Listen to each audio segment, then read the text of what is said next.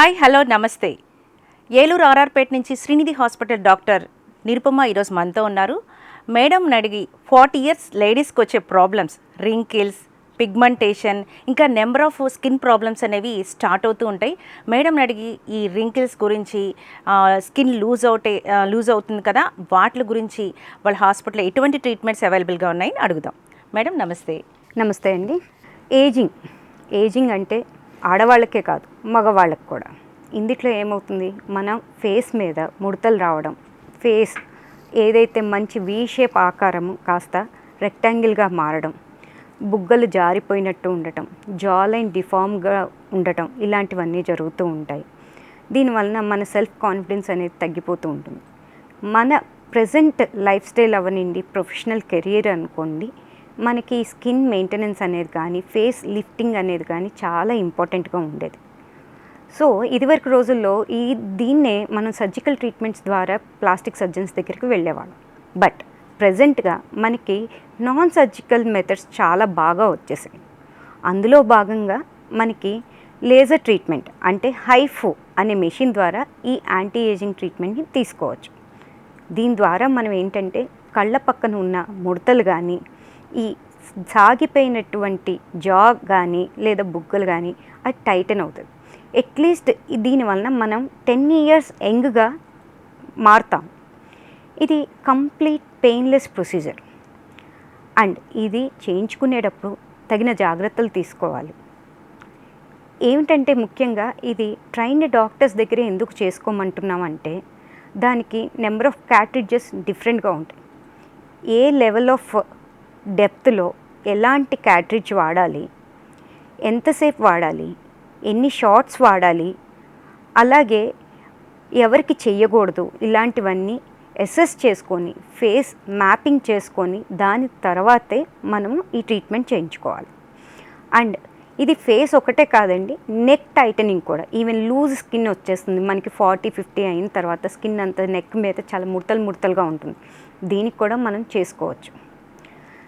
ఇది చేయించుకున్న తర్వాత మనకి ఫర్ ఎగ్జాంపుల్ 40 ఇయర్స్ నుంచి మొదలు పెడితే ఒక సెషన్ సరిపోతుంది.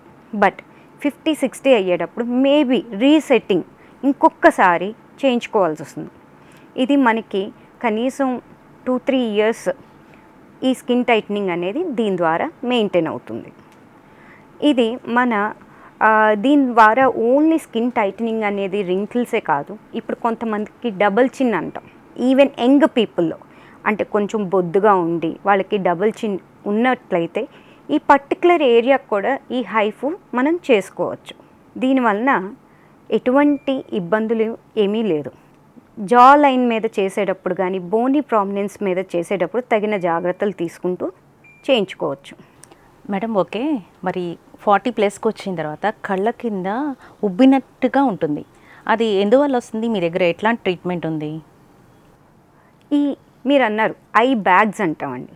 సేమ్ ఇది ఏమవుతుందంటే మనకి ఫ్యాట్ అనేది లేయర్స్లో ఉంటుందన్నమాట. డీపర్ లేయర్, సూపర్ఫిషియల్ లేయర్గా. ఈ 40 అయిన తర్వాత ఏదైతే సిమెట్రీ మెయింటైన్ అవుతుందో ఫేస్లో, అది ఎసిమెట్రికల్గా ఫామ్ అయ్యి ఆ ఫ్యాట్ బ్యాగ్స్ ఏదైతే మనకి సపోర్టింగ్ టిష్యూ ఉంటుందో అది కాస్త లూజన్ అయిపోతాయి. ఆ లిగమెంట్స్ లూజన్ అయ్యి ఆ ఫ్యాట్ కాస్త డ్రూప్ అవుతుంది. డ్రూప్ అవడం వల్ల ఈ బుగ్గలు రావడము, ఈ కళ్ళ దగ్గర ఐ బ్యాగ్స్ రావడము జరుగుతూ ఉంటుంది. దీనికి ఏంటంటే మనకి చాలా ఈ హైఫో ద్వారానే చాలా టైటన్ చేసేసుకోవచ్చు ఈజీగా, పెయిన్లెస్గా. లేదు ఇంకొక ట్రీట్మెంట్ అంటే ఐ ఫిల్లర్స్ అంటాం అనమాట. ఫిల్లర్స్ ఏంటంటే వీళ్ళకి ఈ ఏజింగ్లో ట్రీట్మెంట్ ప్రొసీజర్ ఎలా ఉంటుందంటే అండి, ఫస్ట్ స్టెప్లో మనం ఫేస్ మ్యాపింగ్ చేసుకుంటాం, అంటే అసెస్ చేసుకుంటాం వీళ్ళకి అసలు ఎలాంటి ట్రీట్మెంట్స్ ఇవ్వాలి. ఫర్ ఎగ్జాంపుల్ ముడతలు ఎక్కువ ఉన్నాయి, కంటి దగ్గర ముడతలు ఎక్కువ ఉన్నాయి, అలాంటి వాళ్ళకి బొటాక్స్ చేయించుకుంటే సరిపోతుంది. కొంతమందికి నాసోలేబియల్ ఫోల్డ్స్ అంటే ఈ ముక్కు దగ్గర గుంటలాగా ఏర్పడుతుందన్నమాట. అలాంటి వాళ్ళకి అక్కడ ఫిల్లర్ చేసుకోవాలి. ఈ బుగ్గలు సాగిపోయి లూజన్గా అయిపోతుంది, వాళ్ళకి హైఫో చేయించుకోవాలి. నుదురు మీద ఓన్లీ ముడతలు కనపడతాయి, అలాంటి వాళ్ళకి బొటాక్స్ చేయించుకోవాలి. అదే మీరు ఐ బ్యాగ్స్ అన్నారు, theatre of correction with filler అంటాం, అది చేయించుకోవాలి. సో నెక్ దగ్గర ముడతలు ఉంటాయి, వీళ్ళకి మనం హైఫో చేయించుకుంటాం. సో ఈ రకంగా వాళ్ళకి ఈ ఫేస్ మ్యాపింగ్లో ఎలాంటివైతే ఇష్యూస్ ఉన్నాయో దాన్ని బట్టి మనం కరెక్షన్ ఆర్ ట్రీట్మెంట్ ప్లాన్ చేసుకుంటాం. సో ఓవరాల్గా వీళ్ళని మ్యాపింగ్ చేసుకొని మిక్స్డ్ అంటే ఈ ట్రీట్మెంట్ ఈ ఏరియాకి, ఈ ట్రీట్మెంట్ దీని తర్వాత ఏది ఫస్ట్ చేయాలి, ఏది నెక్స్ట్ చేయాలి అనేది ఒక మనం ప్రోటోకాల్ రాసుకొని ఇండివిజువలైజ్ చేస్తాం అనమాట ట్రీట్మెంట్ అనేది. సో ఎవ్రీ పేషెంట్కి ఒకటే ట్రీట్మెంట్ కాదు, వాళ్ళకున్న ప్రాబ్లం బట్టి మనము whether it is only laser చేయాలా, ఓన్లీ ఇంజెక్టబుల్ చేయాలా, లేదా కాంబినేషన్ ట్రీట్మెంట్ చేయాలా, లేకపోతే ఒకదాని తర్వాత ఇంకోటి చెయ్యాలా, ఏ సీక్వెన్స్ ఆఫ్ ఆర్డర్లో అనేది మనం డాక్టర్ని సంప్రదించి తెలుసుకోవచ్చు. చాలా ఎక్సలెంట్గా ఎక్స్ప్లెయిన్ చేశారు మేడం. మరి అసలు 40+కి వచ్చిన తర్వాత ఉమెన్కి డైలీ రొటీన్ ఎలా ఉండాలి, స్కిన్ కేర్ రొటీన్ ఎలా ఉండాలి? ఎస్పెషల్లీ ఓన్లీ ఫేస్ స్కిన్ అని కాదండి, 40 కాదు, ఏ ఏజ్ అయినా మనం తీసుకోవాల్సింది మెయింటెనెన్స్ ఆఫ్ వాటర్. అంటే ఎంత మనం అట్లీస్ట్ ఫ్లూయిడ్ మెయింటెనెన్స్ చేసుకోవాలి, రెగ్యులర్గా ఎక్సర్సైజ్ చేయాలి. డెఫినెట్గా మనకు ఇప్పుడున్న వర్క్ ప్రెషర్కి మెడిటేషన్ అనేది కంపల్సరీ అవుతుంది. ప్రెషర్ బ్యాలెన్స్, లైఫ్ బ్యాలెన్స్ అనేది తెలుసుకుంటూ చేసుకుంటూ correct amount of screen time, correct amount of sleeping ప్యాటర్న్తో పాటు ఫేస్కి అంటే మనకి డ్రై స్కిన్ ఈ రోజుల్లో మనకి వాటర్ అంతా కొంచెం హాట్ వాటర్ వస్తూ ఉంటుంది అండ్ ఎన్విరాన్మెంట్ పొల్యూటెడ్గా ఉంది. సో మనకి ఏంటంటే తెలియకుండానే స్కిన్ అంతా డ్రై అయిపోవడము.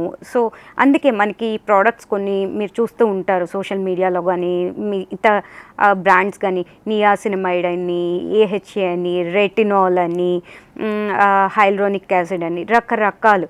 సో ప్లీజ్ ఏంటంటే ఓన్ ట్రీట్మెంట్స్ చూసి రాసుకోవద్దు. ఎందుకంటే ఫర్ ఎగ్జాంపుల్ మీకు చెప్తున్నాను, వీళ్ళల్లో రెటినాల్ రాసేస్తారు, తర్వాత ఏహెచ్ఏ రాసేస్తారు.